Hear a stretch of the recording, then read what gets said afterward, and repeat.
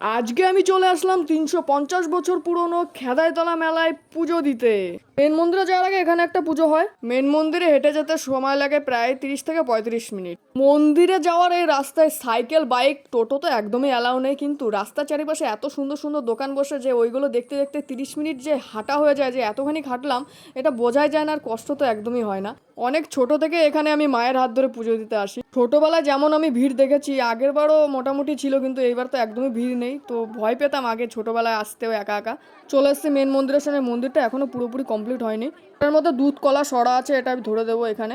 এইটুকু জায়গার মধ্যে যে ভিড় ছিল, এখানে আমি পড়ে গেলে পুরো পায়ের চাপা করে মরেই যেতাম। এর মধ্যে আবার একবার বৃষ্টি হচ্ছে, একবার রোদ উঠছে, এরকম হচ্ছিল।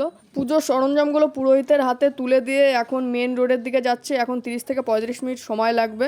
চলে এসছি প্রায় মেন রোডের কাছে। আমি দোকানপত্র দেখতে দেখতে মেলা ঘুরতে থাকি। তোমরা আরো মিনি ব্লগের জন্য চ্যানেলটাকে সাবস্ক্রাইব করো। টাটা।